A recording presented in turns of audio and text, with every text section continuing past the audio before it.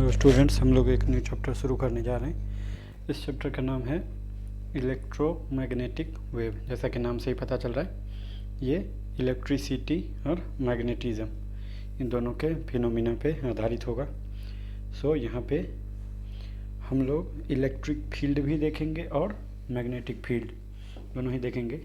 तो ये एक छोटा सा चैप्टर है फिजिक्स के अंदर, और नॉर्मली इससे fix limited type of question है जो कि पूछा जाता है, और ये मोस्टली सब्जेक्टिव है, इसीलिए इसको हम लोग स्लाइड के फॉर्मेट में स्टडी करेंगे। Okay, so let's start. तो सबसे पहले कि ईएम वेव्स है क्या, इलेक्ट्रोमैग्नेटिक वेव्स है क्या। तो देखिए, जो हमारा इलेक्ट्रिक फील्ड है, मान लीजिए वो चेंजिंग टाइप का है, कि मतलब इलेक्ट्रिक फील्ड में चेंजेज आ रहे हैं, तो आपको पता है इसके कारण जो मैग्नेटिक फील्ड जनरेट होता है वो भी कैसा नेचर का आता है, चेंजिंग मैग्नेटिक फील्ड। और जो चेंजिंग मैग्नेटिक फील्ड है उसके कारण जो इलेक्ट्रिक फील्ड प्रोड्यूस होता है वो भी चेंजिंग नेचर का होता है। ओके, तो जो चेंजिंग इलेक्ट्रिक फील्ड अगर चेंजिंग मैग्नेटिक फील्ड जो प्रोड्यूस कर रहा है और उसका वाइस वर्सा, तो इसके कारण से एक ट्रांसवर्स टाइप का वेव जनरेट होता है। अब आपको पता है वेव दो तरह के होते हैं, कौन कौन से वेव, एक तो होता है ट्रांसवर्स, ओके, और एक होता है लॉन्गिट्यूडिनल।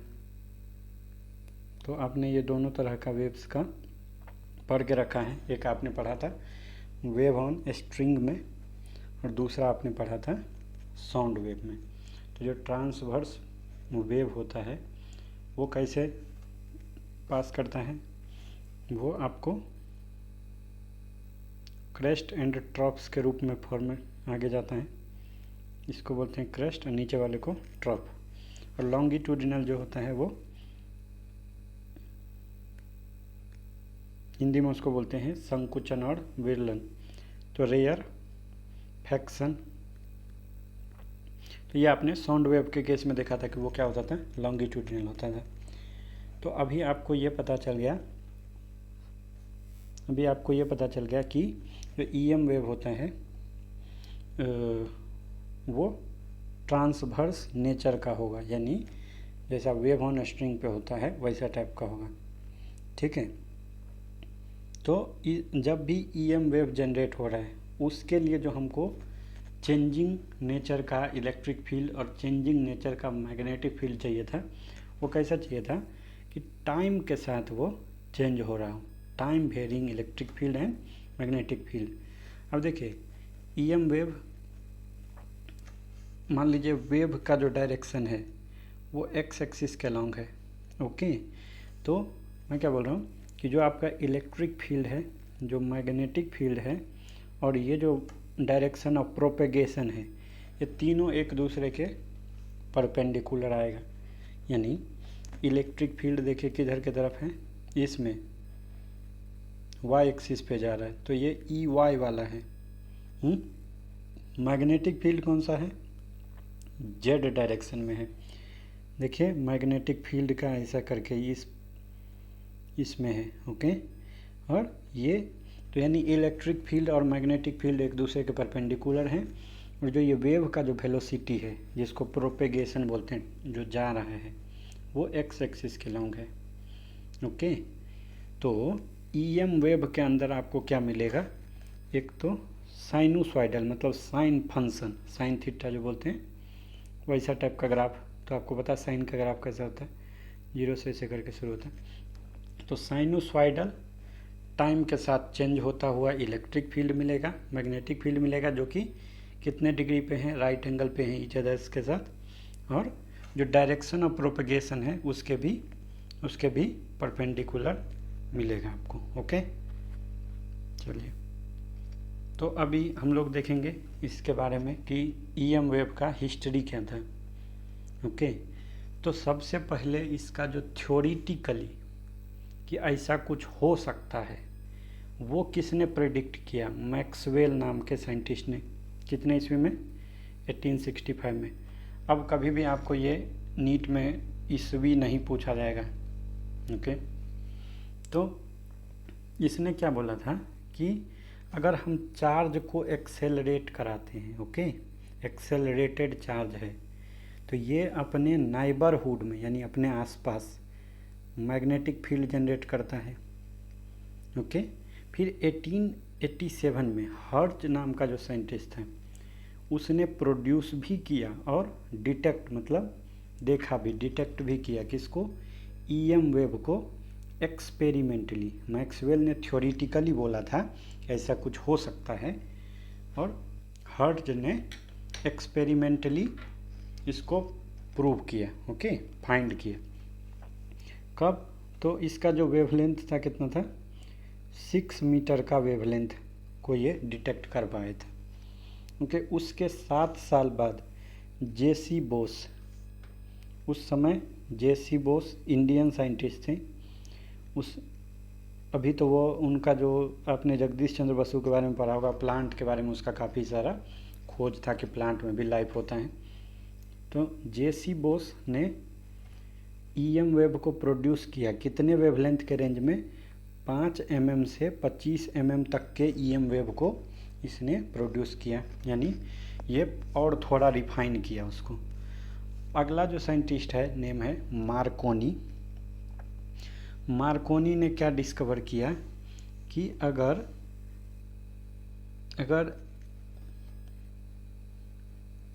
स्पार्क गैप का जो एक टर्मिनल है उसको एंटीना से, अभी ये एक्सपेरिमेंट के बारे में है बट आप थोड़ा ये लाइन सुन के रखिए, कि अगर one of the spark gap terminal उसको एंटीना से कनेक्ट करें और अदर टर्मिनल को अर्थेड कर दें, ओके, तो जो ईएम वेव था वो सेवरल किलोमीटर्स तक रेडिएट हो रहा था। और आपको पता होगा मार्कोनी ने रेडियो का खोज किया था, ओके। मार्कोनी ने किसका खोज किया था, रेडियो जो आप लोग सुनते हैं उसका। तो इसने क्या किया, इसने एक स्पार्क गैप टर्मिनल को एंटीना से कनेक्ट कर दिया और दूसरे को अर्थिंग दे दिया, ओके। तो ये क्या बोला, इसने रेडियो वेव्स का सर्च किया था एक्चुअली। तो बोलता है the antenna and the earth wires, इसको किससे कनेक्ट कर दिया, कैपेसिटर के 2 प्लेट से। और ये क्या, और ये जो प्लेट था वो क्या रेडिएट करेगा, radio frequency, okay, radio waves. और ये वेव को दूर के डिस्टेंस में भी एंटीना और अर्थिंग सिस्टम का यूज करके डिटेक्ट किया जा सकता था। यानी इसका क्या मतलब था, एक जगह से रेडियो वेव्स भेजा और दूसरे जगह पे उसको रिसीव किया जा सकता था, ये मार्कोनी ने खोज किया, ओके। ये भी रेडियो भी ईएम वेव से। तो इसका यूज़ करके 1899 में मार्कोनी ने वायरलेस कम्युनिकेशन इस्टेब्लिश किया। कहाँ पे, अक्रॉस द इंग्लिश चैनल। अब इंग्लिश चैनल क्या है, ये एक सी है, ओके। इंग्लिश चैनल कोई न्यूज़ चैनल नहीं है, ये सी है। तो इसके अक्रॉस आई थिंक 35 और समथिंग किलोमीटर का ये इसका विड्थ है। तो उसके इधर के तरफ एग्जैक्ट मेरे को पता नहीं बट इतना कुछ है। तो इंग्लिश चैनल के ओके, यहाँ पे तो 50 दिया हुआ है, ठीक है, ओके। तो 50 किलोमीटर के अप्रॉक्स ये इसने रेडियो वेव्स को भेजा एक जगह से दूसरे जगह, और वायरलेस कम्युनिकेशन मतलब बिना तार के सिग्नल को भेजा, ओके। तब हम लोग देखेंगे डिस्प्लेसमेंट करंट क्या होता है, ओके। तो देखिए, जब एक कैपेसिटर है, आपने कैपेसिटेंस चैप्टर पढ़ा हुआ है, जब एक कैपेसिटर है इसको हम लोग चार्ज करते हैं, कैपेसिटर को क्या किया हमने, चार्ज किया, ठीक है। तो इससे क्या होता है कि जो इसको कैपेसिटर को कनेक्ट करने वाला वायर है, कैपेसिटर को कनेक्ट करने वाला वायर है, उसके थ्रू करंट बहेगा, ओके। और जैसे जैसे इसमें करंट बहेगा तो कैपेसिटर के ऊपर चार्ज जमा होता जाएगा, चार्ज एक्यूमुलेट होता जाएगा। और उसके कारण क्या होगा, जैसे चार्ज टाइम के साथ चेंज हो रहा है, क्यू टाइम के साथ चेंज हो रहा है, तो वैसे जैसे जैसे चार्ज चेंज होगा तो इलेक्ट्रिक फील्ड भी चेंज होगा। इसका क्या मतलब है कि दो टाइम के साथ में ये कैपेसिटर के ऊपर चार्ज जो जमा हो रहा है वो चेंज हो रहा है, तो इसके बीच में जो इलेक्ट्रिक फील्ड है, दो प्लेट के बीच का जो इलेक्ट्रिक फील्ड है वो भी टाइम के साथ चेंज होगा। तो मैक्सवेल जो था साइंटिस्ट, उसने क्या बोला, उसने बोला कि इलेक्ट्रिक फील्ड जो चेंजिंग वाला है उसका जो इंटेंसिटी है वो किसके इक्विवेलेंट है। उसने बोला कि ये चेंजिंग ये जो है उसको कैपेसिटर के थ्रू एक करंट का कॉन्सेप्ट दिया जिसको बोलते हैं डिस्प्लेसमेंट करंट। ओके, उसके इक्विवेलेंट है। इलेक्ट्रिक फील्ड का इंटेंसिटी किसके इक्विवेलेंट है, कैपेसिटर के थ्रू जो ऐसा एक करंट बोला, मान लो आईडी फ्लो कर रहा हो, उसके इक्विवेलेंट। तो इसने क्या कहा, मान लीजिए कि लेफ्ट साइड वाले पे प्लस क्यू चार्ज है कैपेसिटर पे, राइट साइड वाले पे माइनस क्यू है।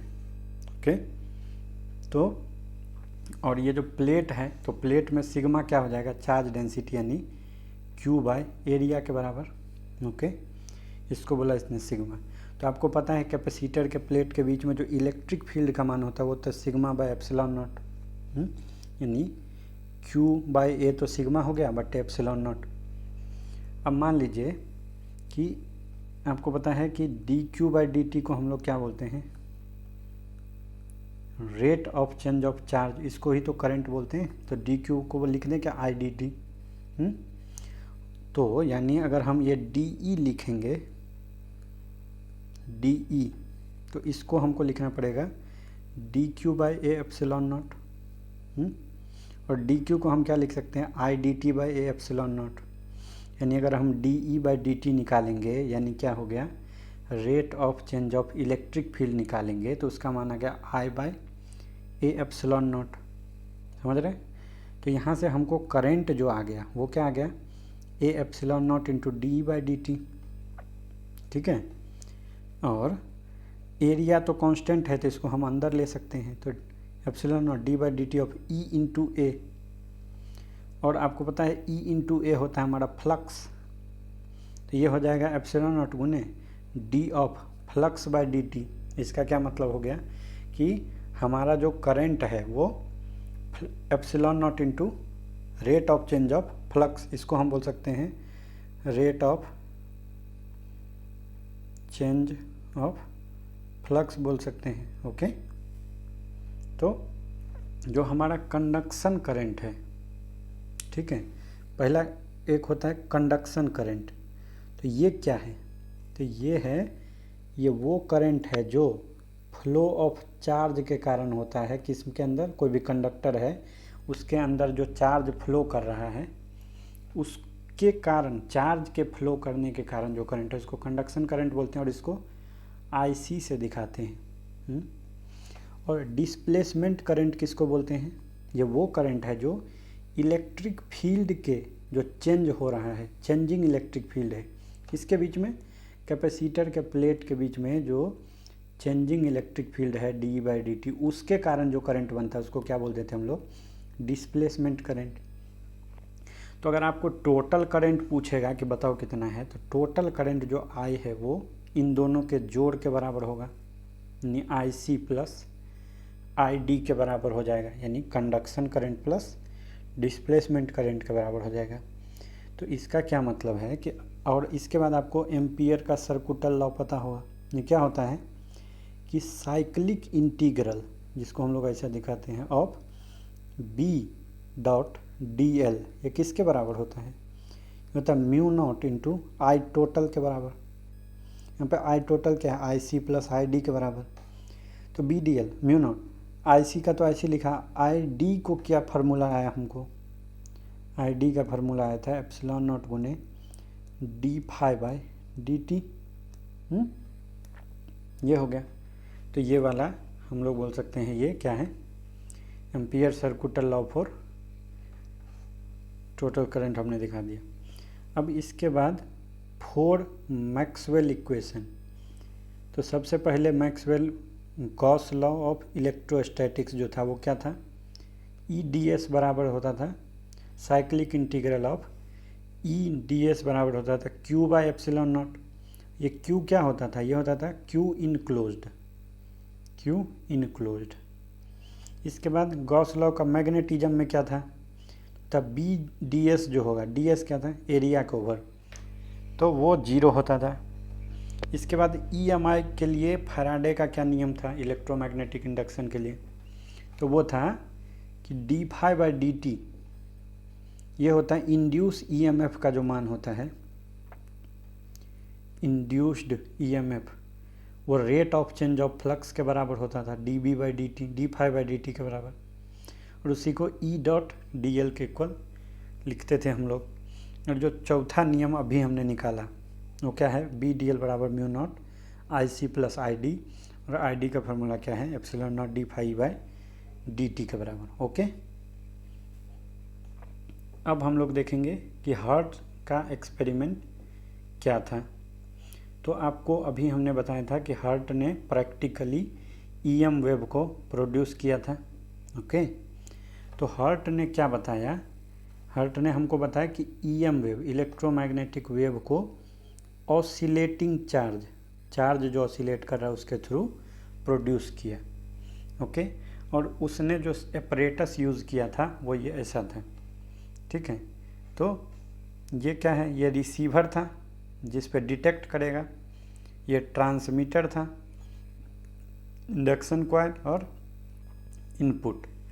तो इसने क्या किया कि एक इंडक्शन कॉइल को लिया और उसको 2 स्फेरिकल इलेक्ट्रोड से कनेक्ट कर दिया, समझ रहे, इंडक्शन कॉइल को 2 स्फेरिकल इलेक्ट्रोड से कनेक्ट कर दिया, और दोनों स्फेरिकल इलेक्ट्रोड के बीच में एकदम नैरो गैप रखा था जिसको हमने क्या बोला, ट्रांसमीटर बोला। तो देखिए ये एक था और ये एक था, 2 स्फेरिकल इलेक्ट्रोड, उसके बीच का जो गैप था वो नैरो था, नैरो गैप रखा और इसको कनेक्ट किया।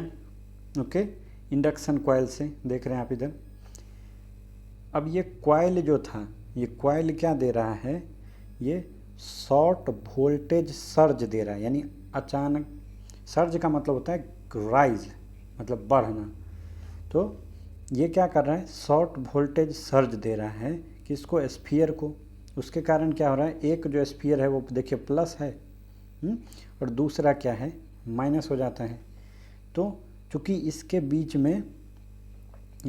में जो गैप है वो बहुत कम है, गैप बहुत कम है, और इसके ऊपर अगर हम लोग, आपको पता है कि डाई इलेक्ट्रिक मीडियम एयर भी क्या है, इसके बीच में एयर है, बहुत कम गैप में एयर भरा हुआ है।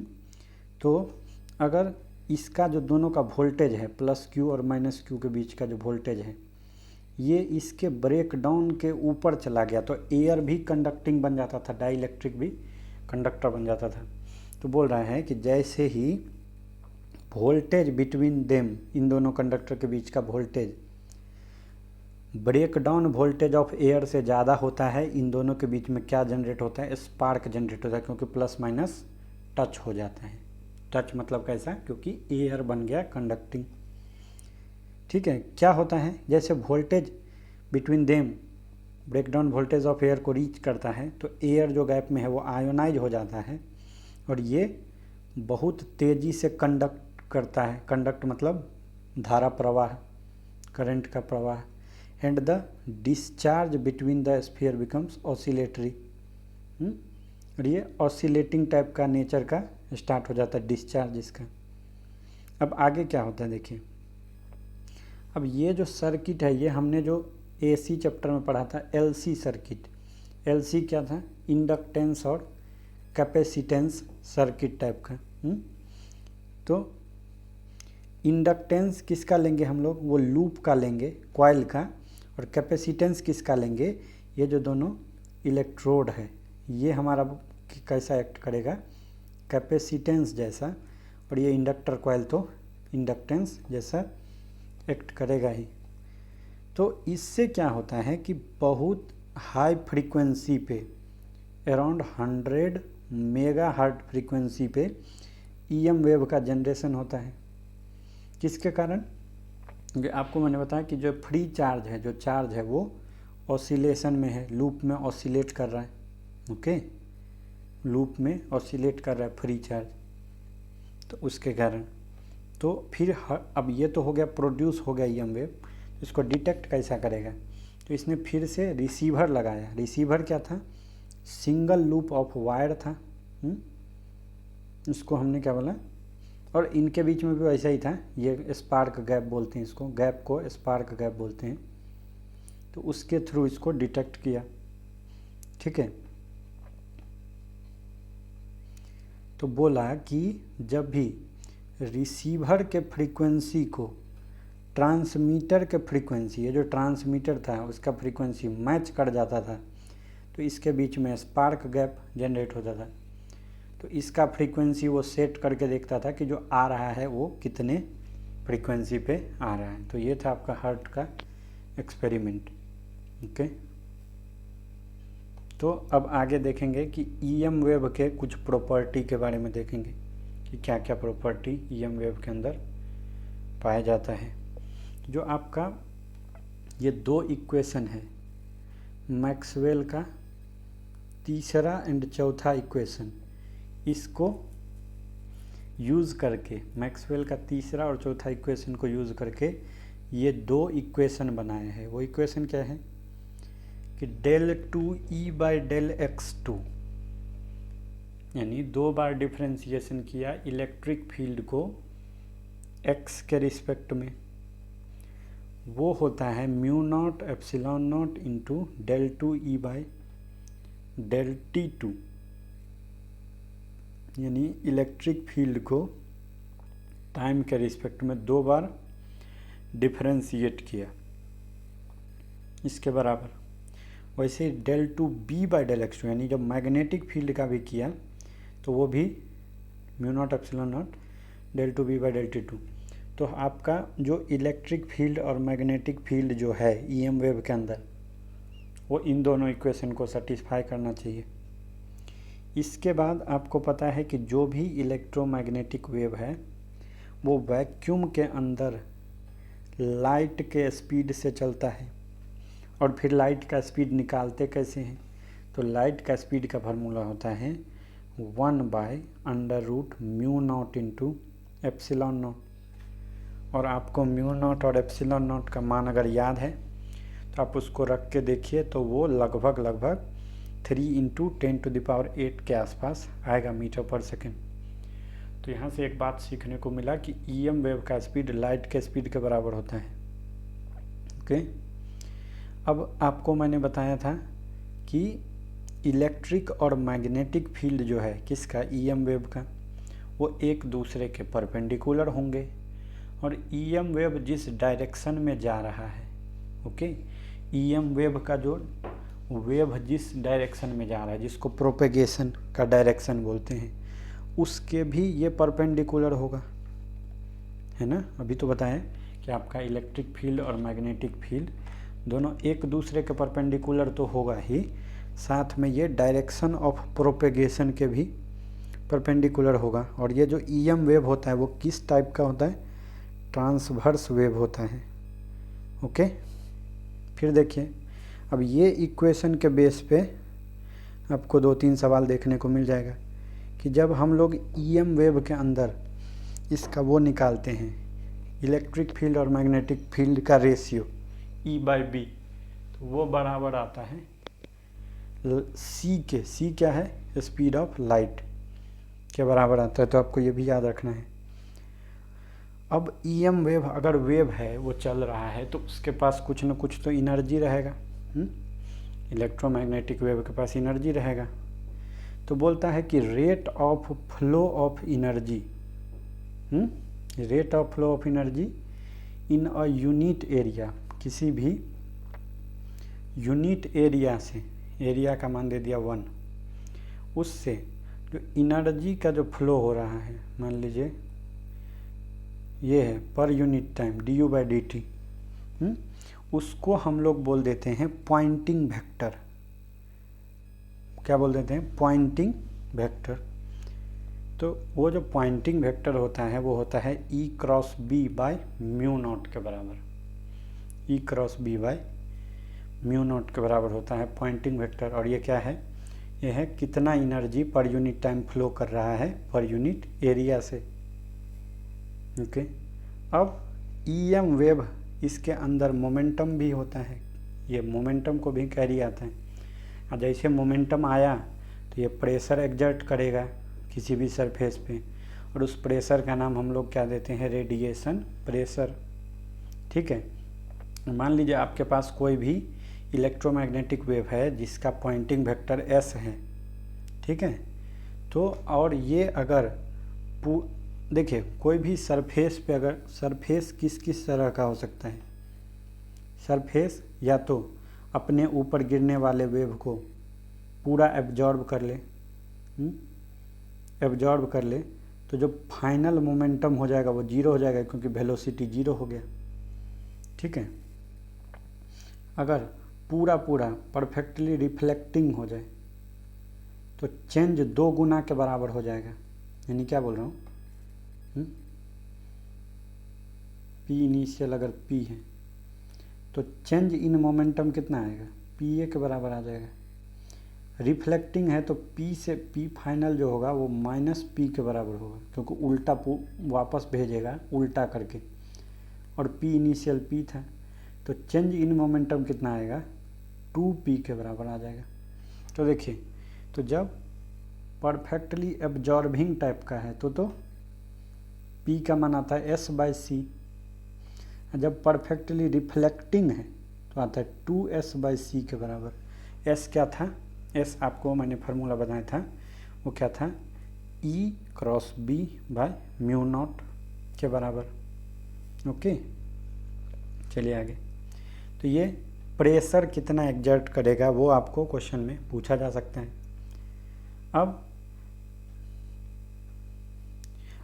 जैसे इलेक्ट्रिक और मैग्नेटिक फील्ड, किसी EM वेव है वो अगर पॉजिटिव X डायरेक्शन में मूव कर रहा है तो उसका अगर आपको इलेक्ट्रिक फील्ड का फार्मूला मानना हो तो आप यहाँ पे लिख सकते हैं EM sin kx minus omega T. ये वेव का फार्मूला होता है। EM क्या है, mean value of electric field. वैसे ही अगर मैग्नेटिक फील्ड माना तो ध्यान दीजिए पॉजिटिव डायरेक्शन में है तो यहाँ पे -ωt लगा हुआ है, तो वैसे मैग्नेटिक फील्ड अगर मानना रहेगा तो लिखेंगे BM × sin kx minus omega T. Omega क्या था, एंगुलर फ्रीक्वेंसी, जिसका मान होता है 2π × फ्रीक्वेंसी के बराबर, और k का मान तो आपने पढ़ा है 2π/λ। ओके, अब आपको अगर EM वेव दिया है किस टाइप का है, वो साइनोसॉइडल प्लेन टाइप का, मतलब ये जार्गन वर्ड्स हैं और कुछ नहीं है, आपको साइनोसॉइडल ही EM वेव में पढ़ेंगे आप लोग। तो साइनोसॉइडल और एक प्लेन में मिलेगा आपको। तो EM वेव जो है उसका इंटेंसिटी अगर निकालना है, वो इंटेंसिटी हम कैसे निकालते हैं, तो वो निकालते हैं जो हमारा पॉइंटिंग वेक्टर था S, उसका एक साइकिल के ऊपर एवरेज वैल्यू निकाल देते हैं, और वो एवरेज वैल्यू का मान जो आता है वो ज़रूरी है आपको याद रखना, क्योंकि एग्ज़ाम में कभी आपको पूछ लेगा हमको average value of Poynting vector बताओ एक साइकिल के ऊपर, या कभी पूछ लेगा कि इंटेंसिटी ऑफ EM वेव बता दो। तो जो इंटेंसिटी आता है वो कितना आता है, E मीन गुने B मीन/2μ0, उसी को लिखते हैं EM का स्क्वायर। अब B को क्या लिख सकते थे हम लोग, E/B क्या होता था, C, यहाँ से B बराबर क्या लिख सकते हैं, E/C, तो यहाँ से E/C लिख दिया नीचे, तो E²/2μ0C आ गया। ओके, और ऐसे ही हम लोग B को अगर चेंज कर दें तो B हो जाएगा किस, E बराबर क्या आ जाएगा, B × C, तो ऊपर में क्या आएगा, B² × C/2μ0। कुछ नहीं है, ये सिंपल बात है। अब आपको पता है EM वेव कब जनरेट होगा, जब इलेक्ट्रिक चार्ज को एक्सेलरेट कराया जाएगा। समझ रहे हैं, यानी जैसे आप एग्जांपल देखेंगे तो रेडियो वेव्स जो एंटीना से एमिट किया जा रहा था, ठीक है, वो कहाँ से एराइज हुआ था, कहाँ से बना था, कंटिन्यूअस ऑसिलेशन ऑफ चार्ज से। एंटीना के स्ट्रक्चर के अंदर जो कंटिन्यूअस ऑसिलेशन हो रहा था, ऑसिलेशन होगा तो एक्सेलरेशन आएगा। तो एक्सेलरेटेड चार्ज से ही हमने रेडियो वेव्स को एमिट कराया था। ओके, इसके बाद ये ईएम वेव जो होता है हमारा सुपर पोजिशन का जो प्रिंसिपल है, हमने एसएचएम में पढ़ा था वेव्स का सुपर पोजिशन, उसको ओबे करता है। अब क्या बोलता है कि किसी भी इलेक्ट्रोमैग्नेटिक फील्ड का जो इलेक्ट्रिक वेक्टर है वो किसके लिए रिस्पॉन्सिबल होता है, ऑप्टिकल इफेक्ट के लिए। तो जो भी ऑप्टिकल इफेक्ट होगा उसके लिए जो जिम्मेदार है वो कौन है, ईएम वेव का इलेक्ट्रिक वेक्टर। और इसीलिए इलेक्ट्रिक वेक्टर को हम लोग लाइट वेक्टर भी बोलते हैं। ठीक है, अब हम लोग क्या देखेंगे, अब हम लोग देखेंगे कि ईएम वेव का जो ट्रांसवर्स नेचर है, आपको अभी बताया था वेव दो तरह का होता है, लॉन्गिट्यूडिनल और ट्रांसवर्स। तो हम लोग ईएम वेव का जो ट्रांसवर्स नेचर है उसके बारे में देखेंगे। तो मैक्सवेल ने क्या दिखाया कि जो चेंजिंग इलेक्ट्रिक फील्ड है वो चेंजिंग मैग्नेटिक फील्ड प्रोड्यूस करता है, एंड वाइस वर्सा, यानी इसका उल्टा भी करेक्ट है, यानी जो चेंजिंग मैग्नेटिक फील्ड है वो चेंजिंग इलेक्ट्रिक फील्ड प्रोड्यूस करता है। और क्या बोला कि ये जो अल्टरनेट है, टाइम वेरिंग का मतलब होता है टाइम के साथ चेंज होता हुआ इलेक्ट्रिक एंड मैग्नेटिक फील्ड, इसी के कारण, यानी ये जो अल्टरनेट प्रोडक्शन हो रहा है किसका, इलेक्ट्रिक एंड मैग्नेटिक फील्ड का, जो कि टाइम के साथ बदल रहा है, उसके कारण से हमको ईएम वेव्स मिल जाता है। इसने क्या बोला, जैसे मान लीजिए ये एक्स एक्सिस है, ये वाई एक्सिस है, ये जेड एक्सिस है। ओके, तो हमने एक इलेक्ट्रिक फील्ड लिया जो टाइम के साथ चेंज हो रहा था, और एक मैग्नेटिक फील्ड लिया जो टाइम के साथ चेंज हो रहा था दूसरे लाइन पे। तो उसके कारण से हमको दिखा क्या, इधर के तरफ हमको एक वेव मिल रहा है, वो क्या मिल रहा है, इलेक्ट्रोमैग्नेटिक वेव। ठीक है, अब इसने बोला कि ये जो वेरिएशन आ रहा है इलेक्ट्रिक फील्ड में और मैग्नेटिक फील्ड में, ये एक दूसरे के परपेंडिकुलर हैं, और ये प्रोपेगेशन ऑफ वेव का जो डायरेक्शन है, यानी वेव जिस दिशा में जा रहा है उसके भी परपेंडिकुलर है। इसका मतलब क्या हुआ, जो ईएम वेव है वो कैसा है, ट्रांसवर्स इन नेचर है। कैसा है, transverse in nature. Transverse wave में क्या होता था कि आप जब ऐसा रस्सी को ऐसा झिटकते थे तो वेव तो इधर के तरफ जाता था, लेकिन आपका पार्टिकल का ऑसिलेशन जो हो रहा था वो ऊपर नीचे हो रहा था, है ना। तो वेव का वेलोसिटी उधर था लेकिन पार्टिकल उसके परपेंडिकुलर ऑसिलेट कर रहा था। ओके, तो वैसा यहाँ भी हो रहा है। यहाँ पे इलेक्ट्रिक और मैग्नेटिक फील्ड परपेंडिकुलर हैं वेव के वेलोसिटी के, वेव के डायरेक्शन ऑफ प्रोपेगेशन के। तो इसके लिए इसने क्या वो बोला कि इसने माना कि ले लो तुम कि एक प्लेन ईएम वेव है जो कि एक्स डायरेक्शन में जा रहा है, और इसका जो वेव फ्रंट है, मान लो ये इधर के तरफ जा रहा है, इसका जो वेव फ्रंट है वो किस प्लेन में है, इसका wave front Y Z plane में है। ये जो वाई है और ये जेड है, तो ये वाला क्या है, ये इसका प्लेन वेव फ्रंट है। ओके, इसके बाद क्या बोला कि जो value of electric and magnetic field A B C D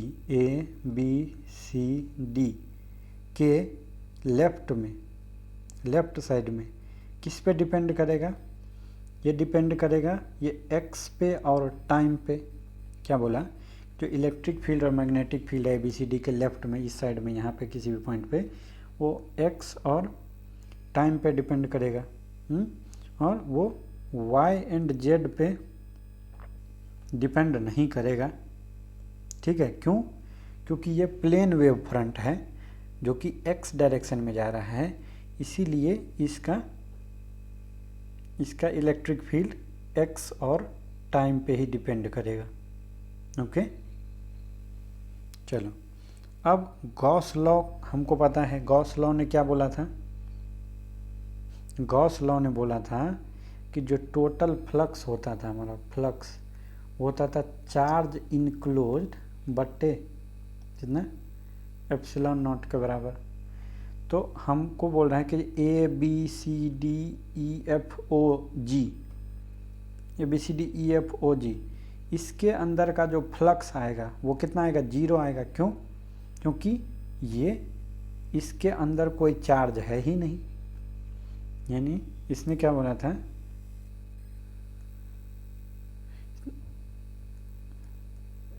E D S बोला था इसने, गॉस लॉ क्या बोला था, ई डी एस। ओके, तो cyclic integral of E D S जो आ जाएगा वो कितना आ जाएगा, क्यू बाई एप्सिलॉन नॉट। अब हमने क्या किया, हर एक फेस पे, ए बी सी डी वाला फेस, ये जो क्यूबॉइड बना उसका A B C D E F O G, ये सारे का जो cyclic integral of D S है वो सब मिला के 0 बनेगा।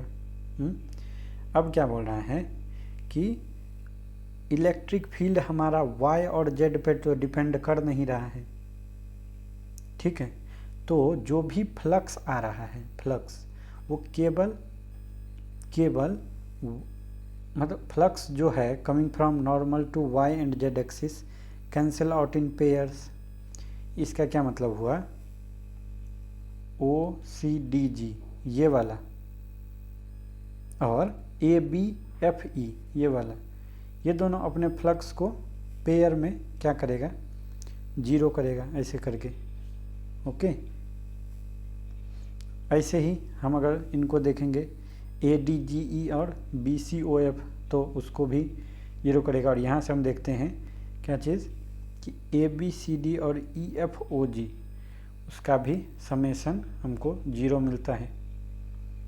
इसका क्या मतलब है, अब A B C D, okay, हमारा ये जो ई एक्स है यानी इलेक्ट्रिक फील्ड अलोंग एक्स है, मान लो ये वाला हम बोलते हैं ये ए बी सी डी है और ये जो एक्सिस है वो एक्स एक्सिस है। तो आपको पता है कि ये एरिया का जो वेक्टर होता है वो भी इधर के ही तरफ आएगा, क्योंकि एरिया वेक्टर इसके प्लेन के नॉर्मल डायरेक्शन में आता है। यानी हमारा जो इलेक्ट्रिक फील्ड है और एरिया जो हम ले रहे हैं बी सी डी, वो एक दूसरे के पैरेलल है, यानी उन दोनों के बीच का जो एंगल है वो 0 है। यानी ई डॉट डी एस करेंगे, उसका मान आता है E into D S into cos theta, dot product का फार्मूला। यहाँ से E X into D S cos theta 0 आएगा, यानी ई एक्स डी एस जो आएगा वो आ जाएगा, ई एक्स बाहर आ जाएगा और डी एस का इंटीग्रेशन, तो डी एस का integration A B C D face पे, डी एस मतलब एरिया, टोटल कितना है, ये एरिया के बराबर ही है, तो हो जाएगा एरिया इंटू फेस। यानी इससे क्या पता चला हमको कि ई एक्स इंटू एरिया करेंगे तो हमको आ गया ई डॉट डी एस का मान। वैसे ही हम ई एफ ओ जी में देखेंगे, ई एफ ओ जी कौन सा था, ये वाला पीछे वाला देखिए, ओके, ये वाला एरिया अभी इसमें देख लिया हमने, तो कितना आ गया ई एक्स इंटू एरिया के बराबर। यहाँ पे क्या है, यहाँ पे माइनस वाला आएगा क्योंकि यहाँ पे हमारा एंटी पैरेलल हो जाएगा इलेक्ट्रिक फील्ड, ठीक है। तो यहाँ पे ई एक्स, तो कुल मिला के आप देख रहे हैं क्या, इससे क्या निकल के आता है कि value of x component of electric field does not change with time. यानी एक्स के अलोंग जो इलेक्ट्रिक फील्ड है वो क्या है, स्टैटिक है, वो चेंज नहीं हो रहा है।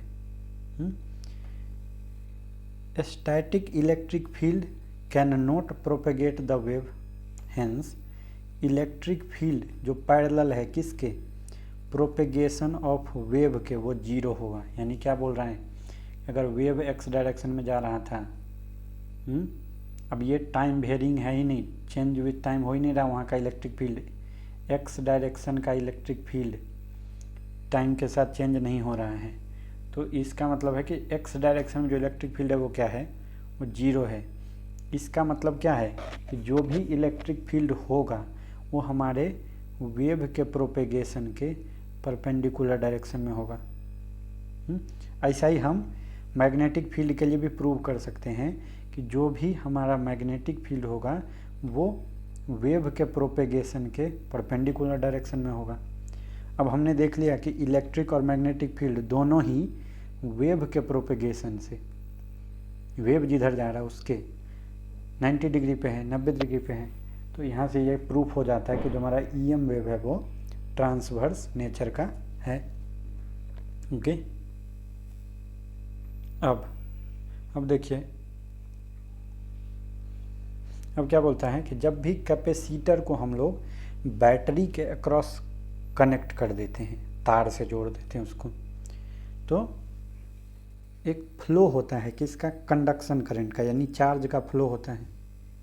ठीक है, क्या बोल रहा हूँ, अगर ये कैपेसिटर है और ये बैटरी को जोड़ने वाला तार है, तो ये तार से जो बहता है उसको हम लोग कंडक्शन करंट बोलते हैं, और इनके बीच में जो गैप में जो चलता है उसको डिस्प्लेसमेंट करंट बोलते हैं। अभी बताया था आपको कि डिस्प्लेसमेंट करंट किसके कारण बनता है, इलेक्ट्रिक फील्ड जो चेंज होता रहता है वो क्यों चेंज होता रहता है, क्योंकि इसके ऊपर का जो चार्ज का मान है वो टाइम के साथ चेंज होता रहता है, क्योंकि कैपेसिटर को बैटरी चार्ज जैसे जैसे सप्लाई करता है उसका चार्ज बढ़ता जाता रहता है, टाइम के साथ चार्ज चेंज होगा तो इस कैपेसिटर प्लेट के बीच का इलेक्ट्रिक फील्ड चेंज होगा और इसीलिए ऐसा होता है। अब जो मैक्सवेल का हमने इक्वेशन देखा है वो गॉस लॉ जो था इलेक्ट्रोस्टैटिक्स में उसी का फॉर्मूलेशन है। मैक्सवेल के जो 4 इक्वेशन है वो mathematical formulation of Gauss law in electrostatics, Gauss law in electromagnetism, Faraday law of EMI and ampere का। तो ये 4 आपको हमने ऑलरेडी दिखाया पीछे कि ये जो मैक्सवेल के 4 इक्वेशन है वो पहला जो था वो गॉस लॉ ऑफ इलेक्ट्रोस्टैटिक्स, फिर गॉस लॉ ऑफ इलेक्ट्रोमैग्नेटिज्म और फैराडे का EMI का लॉ और एम्पियर का सर्कुटल लॉ, इसके बेसिस पे। अब बोलता है कि जो फ्रीक्वेंसी ऑफ EM वेव है वो इसका इनहेरेंट कैरेक्टरिस्टिक होता है, यानी इसका नेचर होता है। जो हमारा ये क्या है कि जो फ्रीक्वेंसी ऑफ जो EM वेव रहेगा वो इसका इनहेरेंट कैरेक्टरिस्टिक होता है। ओके, तो अगर EM वेव हमारा एक मीडियम से दूसरे मीडियम में जाता है इसका वेवलेंथ तो चेंज होगा लेकिन फ्रीक्वेंसी चेंज नहीं होगा, ये अनचेंज रहेगा। कौन, फ्रीक्वेंसी, क्योंकि ये इनहेरेंट कैरेक्टरिस्टिक होता है। इसके बाद पॉइंट दिया है कि ओजोन लेयर जो है हमारा वो UV रे जो आता है, अल्ट्रा वायलेट रे फ्रॉम सन, उसको एब्जॉर्ब कर लेता है। और एब्जॉर्ब कर लेगा तो जो ये UV रे जो होता है उसका जो हार्मफुल इफ़ेक्ट पड़ता है, जो हानिकारक रे है, ये जो भी लिविंग ऑर्गेनिज्म है, पेड़ पौधे जीव जंतु, उसके ऊपर जो हानिकारक इफ़ेक्ट होता है उससे बचाता है। कौन, ओजोन लेयर हमको, क्योंकि वो UV रे को एब्जॉर्ब कर लेता है। इसके बाद क्या बोलता है कि ये जो हमारा ओजोन लेयर है वो इंफ्रारेड रे को, देखो ये ओजोन लेयर मान लो ओजोन, तो ये UV को तो खा जाएगा, UV रे को खा जाएगा और UV रे को अंदर नहीं जाने देगा, अंदर नहीं जाने देगा, और इंफ्रारेड रे को बाहर नहीं जाने देगा, उसको रोकेगा। उससे क्या होता है कि सरफेस ऑफ अर्थ को हीट करके रखता है। ओके, एटमॉस्फियर को वार्म करके रखता है, इंफ्रारेड रे को बाहर नहीं जाने देता। अगर बाहर जाने देता तो क्या होता कि धरती पूरा कूल हो जाता है। और कूल हो जाएगा तो फिर लाइफ का अवेलेबिलिटी ऑन अर्थ डेंजर में आ जाएगा। ओके, फिर अब हम लोग देखेंगे कि जो इलेक्ट्रोमैग्नेटिक स्पेक्ट्रम होता है उसके अंदर कैसा कैसा रे पाया जाता है। यहाँ पे क्या दिया हुआ है, सबसे पहला रे गामा रे। इसका डिस्कवरी किसने किया था, Henri Becquerel and madam Curie, ये दोनों लोगों ने। कैसे इसको डिस्कवर किया, तो इसने रेडियो एक्टिव न्यूक्लियाई जो होता है उसका डीके प्रोसेस में ये जनरेट होता है। कौन, गामा रे। इसका जो वेवलेंथ होता है वो 10⁻⁻14 मीटर से 10⁻⁻10 मीटर के बीच में होता है, और जो इसका फ्रीक्वेंसी होता है वो होता है 3 × 10⁻22 हर्ट से लेके 3 × 10⁻18 हर्ट के बीच में। ओके, और फिर इसका एनर्जी दिया हुआ है इलेक्ट्रॉन वोल्ट में, 10⁻7 इलेक्ट्रॉन वोल्ट से लेके 10⁻4 इलेक्ट्रॉन वोल्ट के बीच में। इसका प्रॉपर्टी क्या होता है, तो इसका जो पेनिट्रेटिंग पावर होता है वो ज़्यादा होता है। इसके ऊपर कोई चार्ज नहीं पाया जाता और इसका जो आयोनाइजिंग पावर है यानी दूसरे मीडियम को आयोनाइज करने का जो पावर है वो बहुत कम होता है। इसका कहाँ पे हम लोग यूज करते हैं तो हम लोग न्यूक्लियस का स्ट्रक्चर के बारे में इंफॉर्मेशन निकालने के लिए, और गामा रे का यूज हम लोग करते हैं मेडिकल ट्रीटमेंट में भी। फिर क्या दिया हुआ है, एक्स रे दिया हुआ है। इसका रूंटजेन ने किया था खोज। कैसा किया था, तो हाई एनर्जी इलेक्ट्रॉन का कोलिजन कराया था हैवी न्यूक्लियस से। वेवलेंथ क्या है, 6 की पावर 10, 6 × 10 की पावर -12 मीटर से लेके 10 की पावर -9 मीटर के बीच में। अब देखिए वेवलेंथ का एक और यूनिट होता है एंगस्ट्रॉम, जिसको A का पावर 0 से लिखते हैं। वो कितना होता है, 10 की पावर -10 मीटर, इसको बोलते हैं 1 एंगस्ट्रॉम। तो एक्सरे जो है 5 × 10⁻19 हर्ट से लेके 3 × 10⁻17 हर्ट के बीच में फ्रीक्वेंसी, और 2.4 × 10⁵ से लेके 1.2 × 10⁻3 इलेक्ट्रॉन वोल्ट का एनर्जी होता है इसका। ये लो पेनिट्रेटिंग पावर, और अदर जो इसका प्रॉपर्टी है वो गामा रे से मिलता जुलता रहता है, जबकि इसका खाली वेवलेंथ जो है गामा रे से क्या है, ज़्यादा है कि कम है, सोच को चाहिए। वेवलेंथ ज़्यादा है। इसका मेडिकल डायग्नोसिस एंड ट्रीटमेंट में इसका यूज होता है। क्रिस्टल स्ट्रक्चर पढ़ने के लिए एक्सरे का यूज करते हैं हम लोग मेटलोग्राफी में। इसके बाद रेडियोग्राफी जो इंडस्ट्री लेवल पे होता है उसमें भी यूज़ होता है। फिर अगला है हमारा अल्ट्रावायलेट रे। इसका खोज रिटर नाम के साइंटिस्ट ने किया था। कैसे किया था, ये आयोनाइज गैस, सन लैम्प और स्पार्क ETC के थ्रू। इसके बाद ये 6 एंगस्ट्रॉम यानी 6 × 10 की पावर -10 मीटर से 3 × 10 की पावर इतना मीटर, और 3 × 10 की पावर 17 हर्ट से लेके 5 × 10 की पावर 19 हर्ट के बीच में ये आता है। और इसका जो एनर्जी है वो कितना है, 3 इलेक्ट्रॉन वोल्ट से लेके 2 × 10 की पावर 3 इलेक्ट्रॉन वोल्ट के बीच में।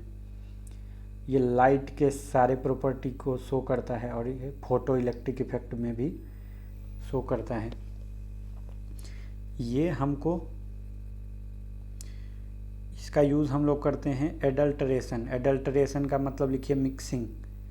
तो साइन का, और जो साइन किसने किया है अलग, एक के ऊपर एक ओवर राइटिंग किया है, कैसा किया है, उसका राइटिंग और सिग्नेचर का एडल्ट्रेशन यानी मिक्सिंग को फाइंड आउट करने के लिए। इसके बाद वाटर, आपने पढ़ा होगा UV ट्रीटेड वाटर, बिस्लेरी के बोतल पे लिखा रहता है, तो उसमें भी इसका यूज होता है। बैक्टीरिया को ये मार देता है ना UV रे। इसके बाद हमारा सबसे जो आता है वो रेंज आता है विजिबल रेंज।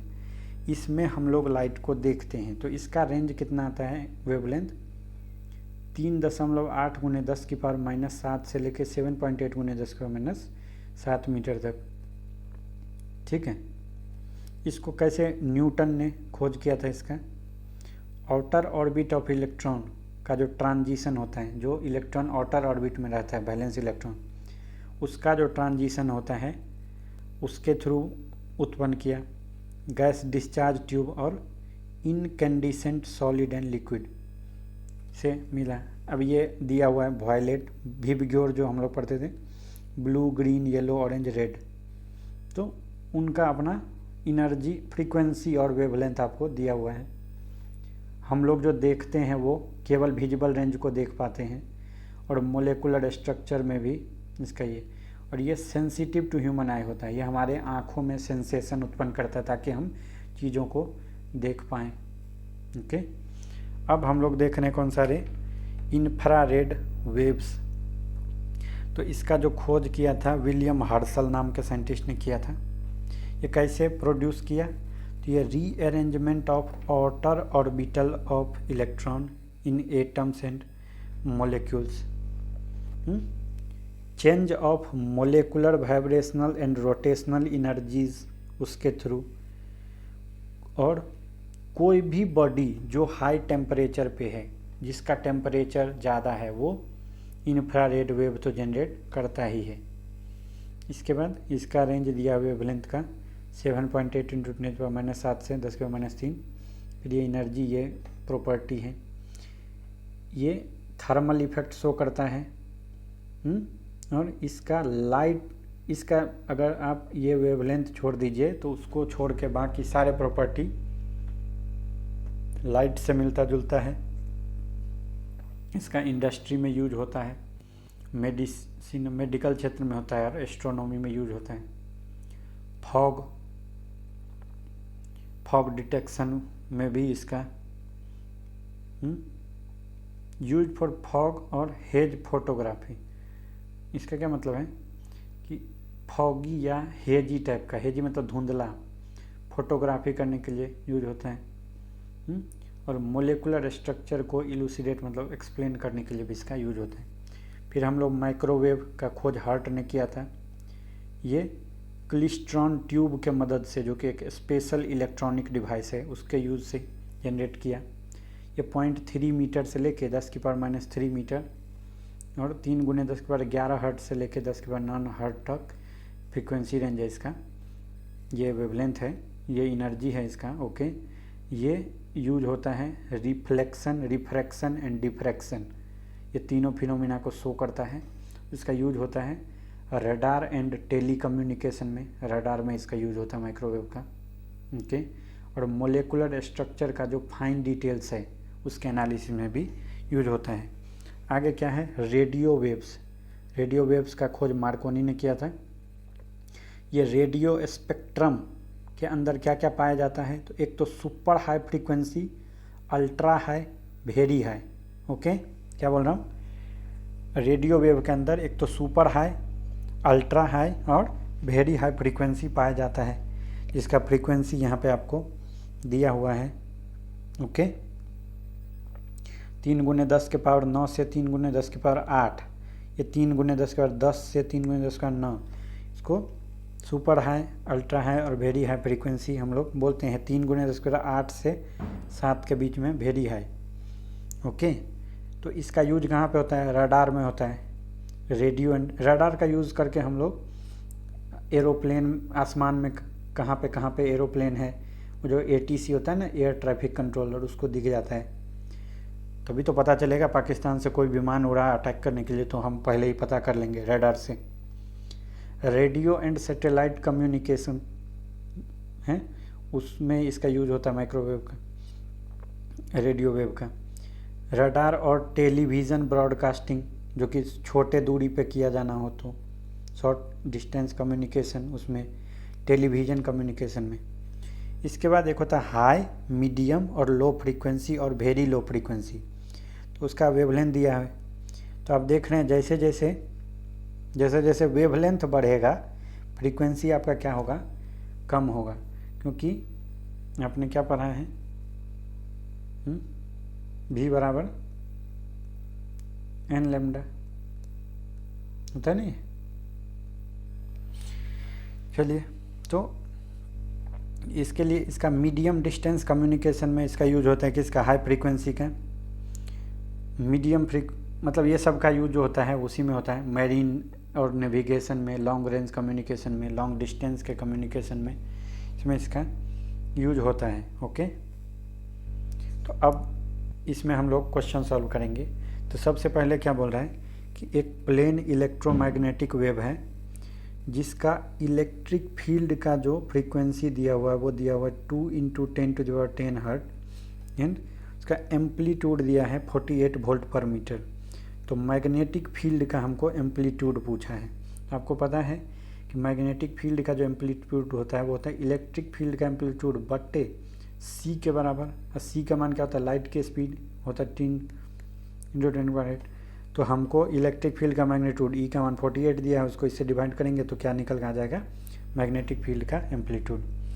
दूसरा क्या है, हमको वेवलेंथ पूछ लिया, लेमडा का मान बता दो। आपको पता है वेलोसिटी बराबर होता है n लैम्डा। इसको हम लोग लिखते हैं c, लाइट का स्पीड बराबर फ्रीक्वेंसी इंटू लेमडा। तो कितना हो जाएगा, हमको पूछा क्या, लेमडा का मान, तो c/, इसको न्यू से भी, फ्रीक्वेंसी को न्यू से भी लिखते हैं, ऐसा वाला न्यू से। तो ये कर देंगे तो आपका मान आ जाएगा, c का मान होता है 3 × 10⁸ और न्यू का मान होता है 2 × 10⁻10। यहाँ से आ जाएगा आपका ये मान। ओके, मीटर में, तो उसी को सेंटीमीटर में लिख देंगे, 1.5 सेंटीमीटर। अब क्या बोल रहा है अगला क्वेश्चन, एक पॉइंट सोर्स है जो जो कि इलेक्ट्रोमैग्नेटिक रेडिएशन दे रहा है उसका एवरेज पावर आउटपुट इतना है, पावर का मान दे दिया। अब बोल रहा है कि maximum value of electric field जो सोर्स से 3.5 मीटर की दूरी पे इलेक्ट्रिक फील्ड का मान बताओ। तो आपको पता है कि जो इंटेंसिटी होता है उसका एक फार्मूला हमने पढ़ा, इंटेंसिटी होता है पावर बाय एरिया, ये तो आपको पढ़ा ही है पहले, पावर बाय एरिया। और इसी का हमने पीछे एक फार्मूला पढ़ा था, अभी आपको दिखाता हूँ, याद आएगा। इंटेंसिटी का हमने फार्मूला पढ़ा था, यहाँ पे ये था इंटेंसिटी, देखिए। तो क्या होता है EM²/2μ0C के बराबर, या BM। अब जो दिया है इलेक्ट्रिक फील्ड दिया है तो ये वाला फार्मूला यूज करेंगे, मैग्नेटिक फील्ड दिया तो ये यूज करेंगे। तो वहाँ पे हमको क्या दिया हुआ था, वहाँ पे हमको क्या दिया हुआ था बताइए, यहाँ पे दिया इलेक्ट्रिक फील्ड का मान पूछा है, तो हमने इलेक्ट्रिक फील्ड का स्क्वायर/2μ0C रख दिया। तो यहाँ से हमारा EM का जो मान है वो निकल के आ जाता है 62.6 वोल्ट पर मीटर के बराबर। ओके, ये R का मान क्या होगा, दूरी है ना, दूरी R है। ये पावर ये दिया हुआ है, पॉइंट सोर्स आपको पूछ रहा है, इलेक्ट्रिक फील्ड का मान पूछा है, तो यहाँ से रख देंगे तो आपका आंसर आ जाता है। ओके, अब क्या है, इसी प्रॉब्लम में हमको मैग्नेटिक फील्ड का मान पूछ लिया। तो अगर हमको इलेक्ट्रिक फील्ड का मान पता चल गया यहाँ से, तो उसमें अगर हम लोग इलेक्ट्रिक फील्ड में अगर हम लोग C से डिवाइड करते हैं तो वो हमारा मैग्नेटिक फील्ड का मान पता चल जाता है। Simple question. अब बोलता है, अब देखिए इसमें आपको एक चीज़ जो याद रखना है वो क्या, कि जो ये question, what should be the height of transmitting antenna. अगर हमको एंटीना का हाइट क्या होना चाहिए कि हमको 128 किलोमीटर के रेंज में टीवी का टेलीकास्ट करना है, ब्रॉडकास्ट करना है। यहाँ पे जो ये आता है ना D का मान, मतलब √2 × R × H के बराबर। ओके, R जो है वो भी क्या है, H है, ये RE लिखिए यहाँ पे, RE। तो यानी आपका H जो है, H है एंटीना का हाइट, एंटीना का हाइट। RE क्या है, रेडियस ऑफ अर्थ, और अर्थ का रेडियस जो होता है वो होता है 6400 किलोमीटर के बराबर, यानी 6.4 किलोमीटर, यानी 6.4 × 10⁶ मीटर। Okay, 6.4 × 10⁶ metre. यहाँ से आ जाएगा आपको कितना दूरी में दिया है, D दूरी दिया है 128 किलोमीटर, तो उसको पहले मीटर में बदले, तो 128 × 10⁻³ का स्क्वायर बाई 2 × रेडियस। तो इतना ऊंचा आपको एंटीना लगाना पड़ेगा, टावर लगाना पड़ेगा।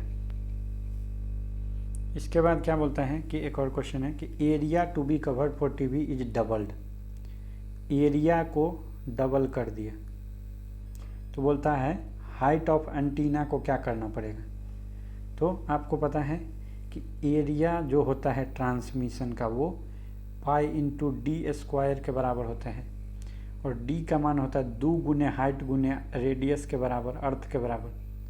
तो अगर एरिया को आपने 2 गुना किया तो इसमें से आपको रेडियस ऑफ अर्थ को तो बदल नहीं पाएंगे, पाई को बदल नहीं पाएंगे, तो हाइट को भी क्या करना पड़ेगा, एरिया सीधा सीधा प्रोपोर्शनल हाइट के, अगर एरिया को डबल तो हाइट को भी डबल करना पड़ेगा। ओके, इसके बाद in an EM wave electric field का जो एम्पलीट्यूड है, यानी E का मान दिया हुआ है 1, फ्रीक्वेंसी ऑफ वेव, फ्रीक्वेंसी का मान दे दिया है 5 × 10⁻14 हर्ट्ज। वेव का प्रोपेगेशन Z एक्सिस के अलॉन्ग हो रहा है। तो एवरेज इनर्जी डेंसिटी पूछ रहा है किसका, इलेक्ट्रिक फील्ड का, जूल पर मीटर क्यू में। तो एवरेज इनर्जी डेंसिटी का जो फार्मूला होता है वो होता है 12 ε0 × E² के बराबर। ओके, और यहाँ पे जो ई का मान आता है वो आता है RMS वाला, तो E0/√2। ओके, ये रखना पड़ता है आपको, ये फार्मूला आप याद रख लीजिए। क्या हो जाएगा, हाफ एप्सिलॉन नॉट E0/√2 का होल स्क्वायर, तो हो जाएगा 1/4 एप्सिलॉन नॉट E²। क्योंकि आपको ये निकालना है ERMS, और ये कौन सा है, ये क्या दिया हुआ, ये एम्पलीट्यूड। E0 क्या है, एम्पलीट्यूड ऑफ इलेक्ट्रिक फील्ड है। यहाँ से आ जाएगा आपको एप्सिलॉन नॉट का मान होता है इतना, और वहाँ से E का मान रख के काम हो जाएगा। अब कुछ लोग कंफ्यूज हो गए कि E0/√2 क्यों किया, तो भाई हमको E का मान जो रखना है वो RMS वैल्यू रखना है, तो वो हमको जो दिया हुआ है ना क्या एम्पलीट्यूड, उससे √2 डिवाइड करके मिलता है। ओके, चलिए आगे। अब क्या बोलता है, हाइट h का मान दे दिया है। How much population is covered by TV broadcast, अगर 1 किलोमीटर स्क्वायर में 1000 लोग रहते हैं तो कितने लोगों तक ये टेलीविज़न पहुंचेगा। तो सबसे पहले तो हमको देखना है कि कितना दूरी तक जा रहा है, तो d का जो मान होता है वो आता है √2 into radius of earth into height के बराबर। और कितना एरिया, तो एरिया जो आएगा वो इसी πd² के बराबर आएगा, कि इतना एरिया को सर्व करेगा। जो भी एरिया आया उसमें 1000 लोग हर एक किलोमीटर में रहते हैं, एरिया को पहले किलोमीटर में निकालो और उसको 1000 से मल्टीप्लाई कर दो, तो उतने लोगों तक पहुंचेगा। ओके, उतने लोगों तक पहुंचेगा, सिंपल सी बात है। तो कितना आंसर आता है, सॉल्व करो खुद से, इतना आएगा। EM रेडिएशन जिसका एनर्जी दिया हुआ है इतना किलो इलेक्ट्रॉन वोल्ट, होता है ये इलेक्ट्रोमैग्नेटिक स्पेक्ट्रम के किस रीजन में बिलोंग करता है। तो हमको पता है, अगर हम लेमडा का पहले मान निकाल लेंगे वो देख के बता देंगे कौन सा रेंज में है। तो लेमडा का मान वो आता है, क्या आता है, एनर्जी बराबर क्या आता था, hc/λ। तो ये लेमडा का मान जो आएगा वो hc/एनर्जी। उसका मान कितना होता था आपको याद होगा, जब इलेक्ट्रॉन वोल्ट में आता था तो हम लोग बोल देते थे 12400/एनर्जी इन इलेक्ट्रॉन वोल्ट, तो 14.4 × 10⁻³ और यहाँ से ये जो मान आ जाएगा वो एंगस्ट्रॉम में आ जाता है। यहाँ से जो मान आता है वो किस में आता है, एंगस्ट्रॉम में आता है। तो कितना आता है, 12400/14.4 × 10⁻³ यहाँ जाता है 0.86 एंगस्ट्रॉम। और ये 0.86 एंगस्ट्रॉम किस रीजन में बिलोंग करता है। 0.86 एंगस्ट्रॉम का मतलब है कि 0.86 × 10⁻10 मीटर। ओके, तो 8.6 × 10⁻11 मीटर। अब ये अगर आप देखते हैं अपने टेबल में तो 8.6 × 10⁻11 वाला देखना है। तो -11 जो आता है वो -12 से -9 एक्सरे के अंदर आता है। ये हम लोग बता सकते हैं। एक्सरे का जो वेवलेंथ का रेंज है वह 6 × 10⁻12 से लेके -9, तो -11 इसी के बीच में आएगा, तो वो एक्सरे के रीजन में बिलोंग करता है। ओके, तो अब ये सब कुछ क्वेश्चंस हैं जो जेईई मेन में आए हुए हैं। तो सबसे पहला जो क्वेश्चन है वो क्या है कि electromagnetic waves are transverse in nature, ये थ्योरी कैसे पता चलता है हमको। तो ये जो हमको पता चलता है वो पोलराइजेशन का जो फिनोमिना है, आप लोग पोलराइजेशन पढ़ेंगे वेव ऑप्टिक्स चैप्टर में, तो आपको पता चलेगा कि ये पोलराइजेशन का जो फिनोमिना है वो दिखाता है कि केवल जो ट्रांसवर्स वेव होता है उसके अंदर पोलराइजेशन पाया जाता है। ओके, तो अगर EM वेव पोलराइजेशन दिखा देगा तो दैट मीन्स ये ट्रांसवर्स है। अब क्या दिया हुआ है, क्वेश्चन है कि एन इलेक्ट्रोमैग्नेटिक वेव इसका फ्रीक्वेंसी है 3 मेगाहर्ट, इसको from vacuum to dielectric medium जिसका परमिटिविटी दिया हुआ है उसमें पास कराते हैं तो क्या होगा। तो आपको पता है मीडियम पहले वैक्यूम था, अब डाइलेक्ट्रिक हो गया है। मीडियम में जाने से मैंने बोला था कि फ्रीक्वेंसी चेंज नहीं होता है लेकिन वेवलेंथ चेंज होता है। तो फ्रीक्वेंसी अनचेंज्ड का इसमें बोल रहा फ्रीक्वेंसी हाफ हो जाएगा, तो ये तो पहले खलास हो गया, ये तो होगा ही नहीं, फ्रीक्वेंसी तो बदलेगा नहीं। अब आपको पता है कि स्पीड जो होता है वो n लेमडा के बराबर होता है।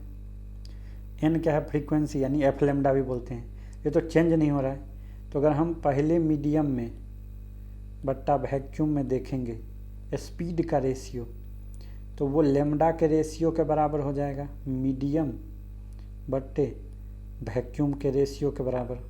ओके, तो हमको आपको पता है कि जो स्पीड होता है वो होता है 1/√μ0 इंटू एप्सिलॉन नॉट। और ये किसी मीडियम के लिए लिखेंगे जिसका डाई इलेक्ट्रिक मीडियम, यहाँ पे एक ER से मल्टीप्लाई हो जाता है, ये आपको पहले से पता है। तो हमको कितना मान दिया है, देखिए 1/√μ0 एप्सिलॉन नॉट को हम लोग बोल देते हैं C। और जो हमारा डाई इलेक्ट्रिक मीडियम है उसमें क्या है, यहाँ पे एक 4 अंदर में आ गया है ER, तो 4 का रूट बाहर आएगा तो 2 आ जाएगा। तो मीडियम में जो स्पीड है वो c/2 आ रहा है। तो वेलोसिटी इन मीडियम है c/2 और बट्टे c, तो lambda medium by lambda vacuum कितना आएगा, 1/2 आ गया। इसका मतलब क्या है? इसका मतलब है कि हमारा वेवलेंथ आधा हो चुका है और फ्रीक्वेंसी अनचेंज है। तो अभी हम लोग तीसरा क्वेश्चन देखेंगे कि जो इलेक्ट्रोमैग्नेटिक वेव है वैक्यूम में, उसके पास इलेक्ट्रिक एंड मैग्नेटिक फील्ड है जिसको हम E और B से दिखा रहे हैं, जो एक दूसरे के परपेंडिकुलर होता है। अब दिया हुआ है कि जो पोलराइजेशन का डायरेक्शन है वो x वेक्टर से दे रहा है और वेव प्रोपेगेशन का k वेक्टर से। तो बोल रहा है इसमें से कौन सा ऑप्शन करेक्ट है। सिंपल बात है कि electromagnetic wave transverse in nature होता है, तो बोलता है कि ये E/μ ये H के, ये सब पोलराइजेशन के अंदर आपको समझ आएगा। यहाँ पे H बराबर B/μ है। ओके, H बराबर B/μ है।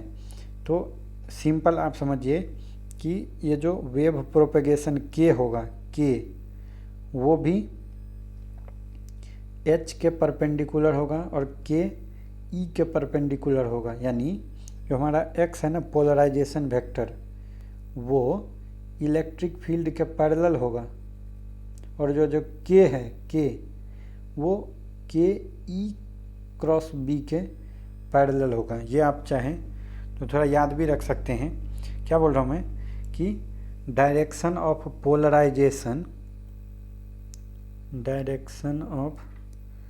पोलराइजेशन, ये जो X है वो पैरेलल होगा आपके इलेक्ट्रिक फील्ड के।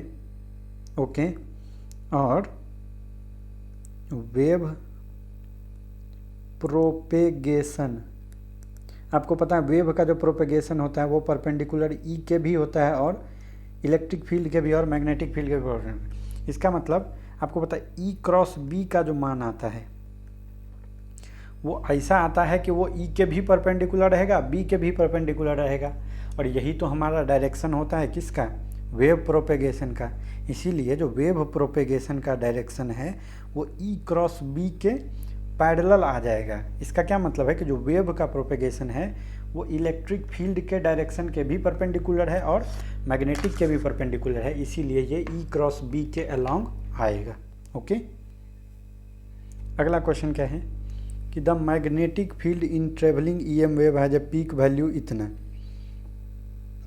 B का मान दे दिया है 20 नैनो टेस्ला के बराबर। इसी को B का एम्पलीट्यूड बोल सकते हैं हम लोग। तो E का मान पूछा है। आपको पता है E बराबर क्या होता है, B इंटू C होता है ना। तो पीक वैल्यू ऑफ इलेक्ट्रिक जो E हो जाएगा वो B को सीधा सीधा आप लोग 20 गुने 10 की पावर -9 9 का मान होता है 20 गुने C इलेक्ट्रिक फील्ड का मान 3 गुने 10 का 8। यहाँ से आपको इलेक्ट्रिक फील्ड का मान आ जाएगा। फिर आगे क्या क्वेश्चन है कि during the propagation of EM wave in medium, जब इलेक्ट्रोमैग्नेटिक वेव किसी मीडियम में प्रोपेगेट करता है तो एनर्जी डेंसिटी पे क्या आता है फर्क। तो देखिए E/B का मान C होता है, यानी E बराबर CBO, और C का मान होता है 1/√μ0ε0। ओके, तो और एनर्जी डेंसिटी का फार्मूला आपको मैंने बताया कितना होता है, 12ε0 इंटू E का स्क्वायर। ओके, चलिए वो μE लिखा इधर। मैग्नेटिक एनर्जी डेंसिटी का जो फार्मूला होता है वो तो B0 का स्क्वायर बट्टे 2μ0, इसको हम μB लिख रहे हैं यहाँ पे। तो μE और μB का मान बराबर आता है। इसका क्या मतलब है कि जो एनर्जी है वो इलेक्ट्रिक और मैग्नेटिक फील्ड के बीच में इक्वली डिवाइड होता है। समझ में आ रहा है क्या बोल रहा हूँ? ये जो मैग्नेटिक मतलब जो एनर्जी है वो इलेक्ट्रिक और मैग्नेटिक फील्ड के बीच में इक्वली डिवाइड होता है। इसका मतलब क्या है, energy electric energy density is half of, यानी ये हो जाएगा electric energy density equal to the magnetic energy density. Okay, आगे क्या दिया हुआ है क्वेश्चन कि आपको मैच कराने को बोलते हैं। तो इंफ्रारेड रे का यूज होता है मस्कुलर स्ट्रेन का ट्रीट करने के लिए, क्योंकि ये हीटेड होता है, ये हीट होता है। आपको पता होगा, हमने पढ़ा था कि अर्थ को कोल्ड होने से बचाता है, क्योंकि ओजोन इसको ट्रैप करके रखता है अर्थ पे ही। रेडियो वेव का यूज होता है ब्रॉडकास्टिंग के लिए, क्योंकि ये काफ़ी दूर तक भेजा जा सकता है। इसका जो लॉन्ग वेवलेंथ होता है, वेरी लॉन्ग वेवलेंथ होता है रेडियो वेव का, जो कि कुछ सेंटीमीटर से लेकर कुछ 100 किलोमीटर के बीच का होता है। एक्सरे, इसका यूज होता है, आपको पता ही है, हाथ टूटता है तो आप लोग एक्सरे कराते हैं। तो फ्रैक्चर ऑफ बोन्स का डिटेक्ट करने के लिए एक्सरे का यूज होता है। रेडियो वेव का ब्रॉडकास्टिंग के लिए। इंफ्रारेड हीटेड है तो ये, और अल्ट्रा वायलेट जो है वो ओजोन इसको एब्जॉर्ब कर लेता है।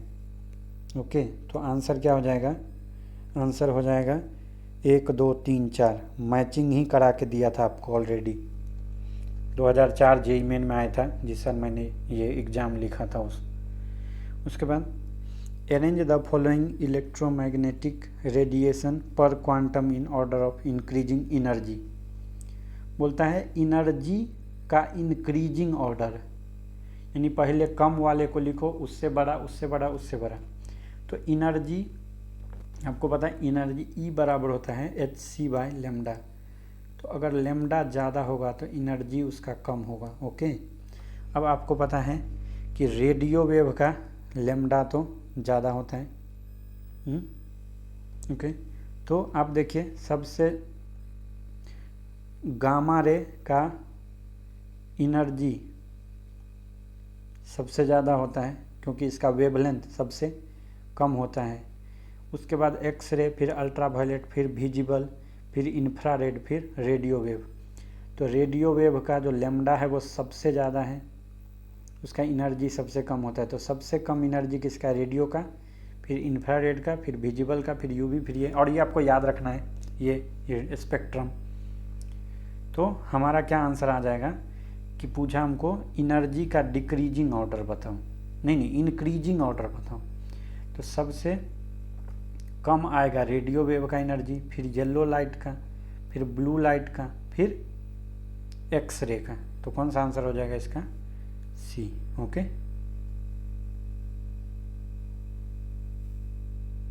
तो आपको ये क्वेश्चंस सॉल्व करने हैं खुद से।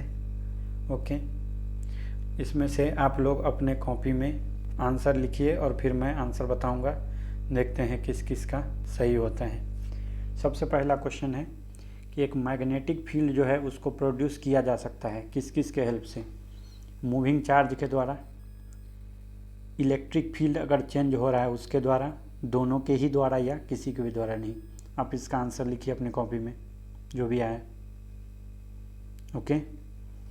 दूसरा क्वेश्चन है कि कंपास का जो नीडल है, जो मैग्नेट है, उसको पैरेलल प्लेट कैपेसिटर का जो प्लेट का गैप है उसके बीच में रख दिया।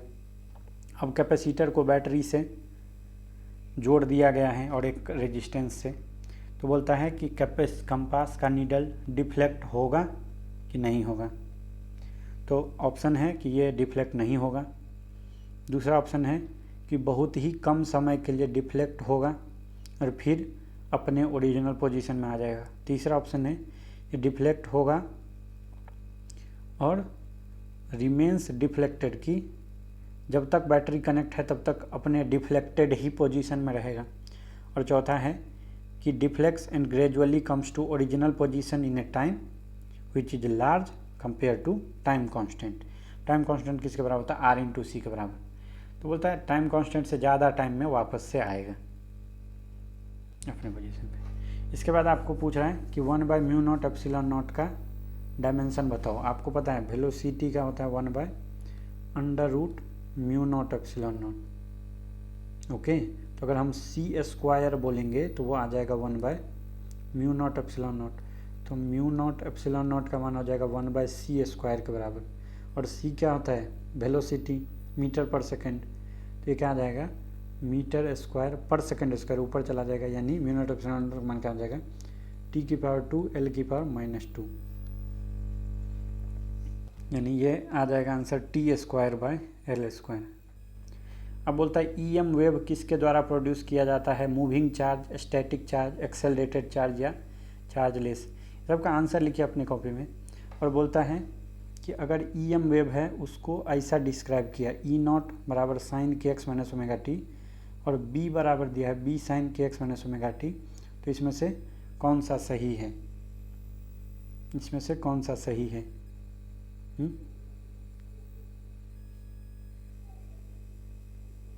देखिए, आपको फार्मूला याद होगा के का। के का फार्मूला क्या होता है? लैम्डा बाय ओमेगा बराबर क्या होता है? 2π इंटू फ्रीक्वेंसी। याद होना चाहिए आपको। 2π/λ होता है, λ/2π जो भी होता है के का मान, वो उससे रिलेट करके देखिए इनमें से कौन सा सही है। और E/B का जो मान, E/B जो होता है वो C के बराबर होता है। तो वहाँ से ये बन के आ जाएगा। आप आंसर लिख चुके होंगे तो आगे बढ़ेंगे।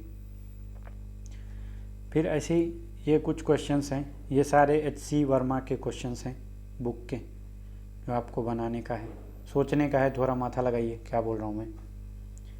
छठा क्वेश्चन है, एक इलेक्ट्रिक फील्ड एंड एक मैग्नेटिक फील्ड है जो एग्जिस्ट करता है किसी रीजन में, और ये फील्ड एक दूसरे के परपेंडिकुलर नहीं है। तो क्या ऐसा पॉसिबल हो सकता है? पहला ऑप्शन है कि ये पॉसिबल नहीं है। फिर बोलता है कि इसमें no EM wave is passing through the region, इस रीजन में कोई EM वेव नहीं मिलेगा।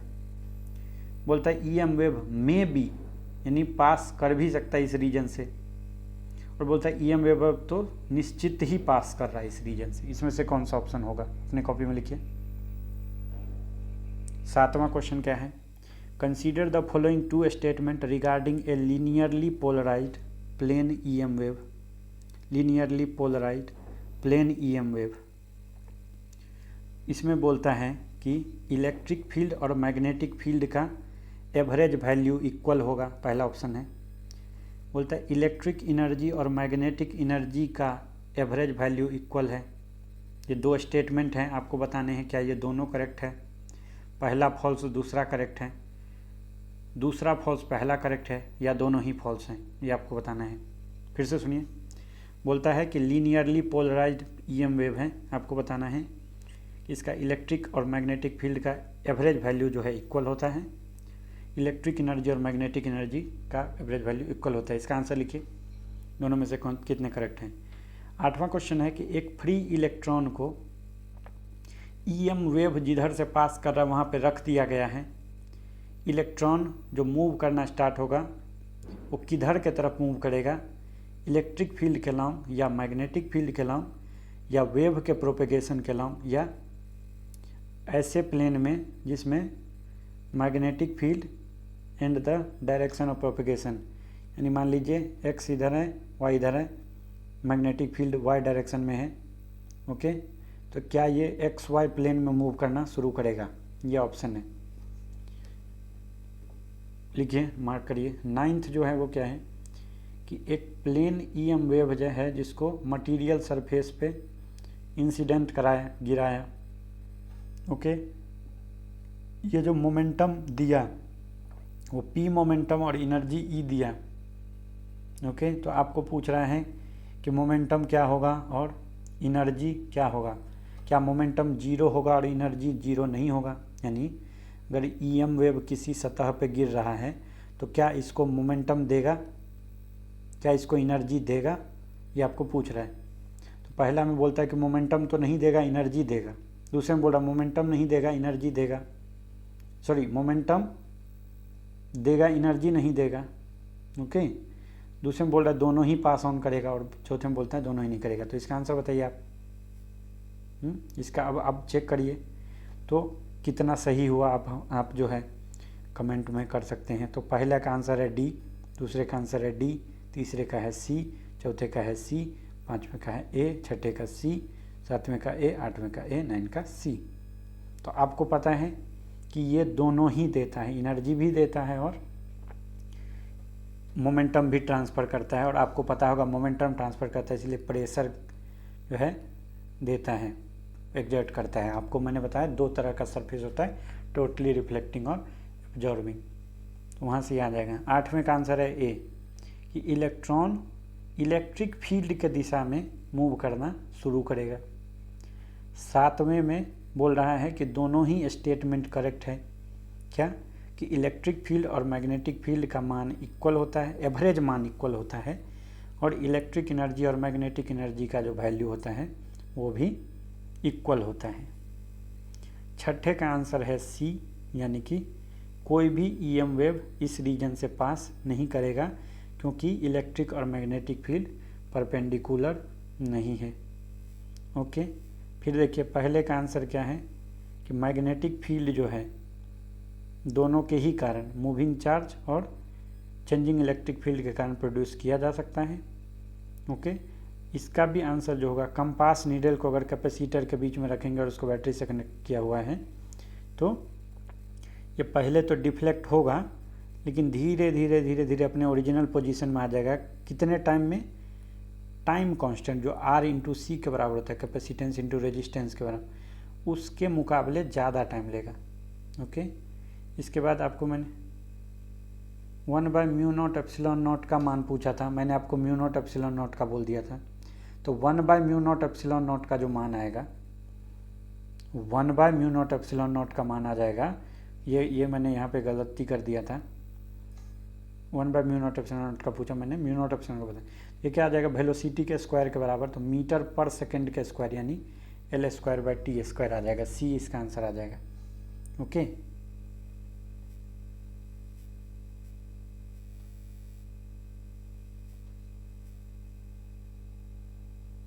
ये ईएम वेव जो प्रोड्यूस होता है वो कैसे होता है?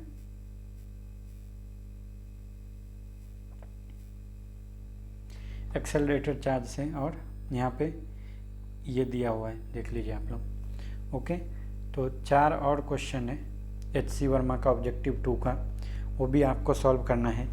ओके, तो बोलता है कि वेव एक इलेक्ट्रोमैग्नेटिक वेव है जिसका इक्वेशन दिया हुआ है E = E0 sin kx - ωt। बोलता है इसमें से कौन सा प्रॉपर्टी होगा जो वेवलेंथ पे डिपेंड नहीं करेगा, वेवलेंथ पे डिपेंड नहीं करेगा। बताइए कौन सा इसमें से होगा, और ये मल्टीपल करेक्ट भी हो सकता है। ऑप्शन अपना लिख लीजिए। ओके, चलिए अगला लिखिए कि जो डिस्प्लेसमेंट करंट है जो कि कैपेसिटर के प्लेट के बीच में है,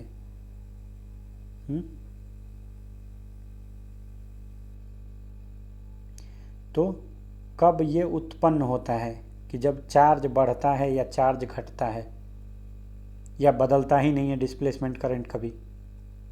आपको पता है डिस्प्लेसमेंट करंट तभी आता है जब चेंज आता है किसमें, चार्ज में।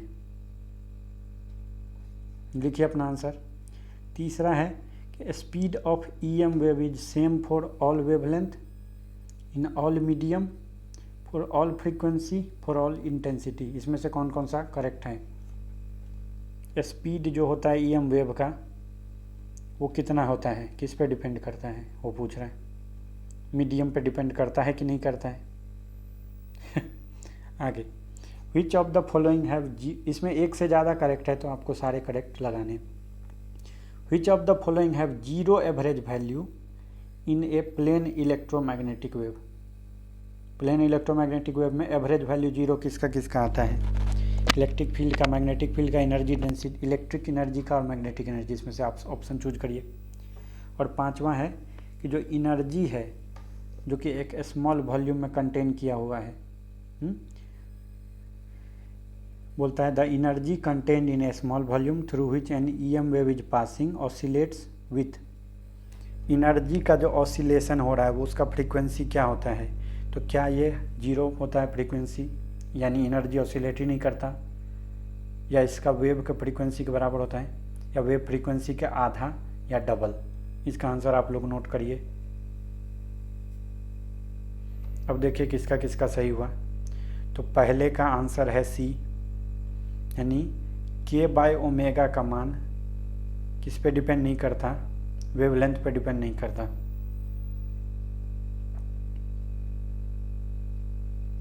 दूसरे का आंसर है A और B, अगर चार्ज बढ़ेगा कैपेसिटर पे या चार्ज घटे, दोनों ही केस में चेंज हो रहा है इसीलिए डिस्प्लेसमेंट करंट जनरेट होगा। तीसरे का आंसर है C,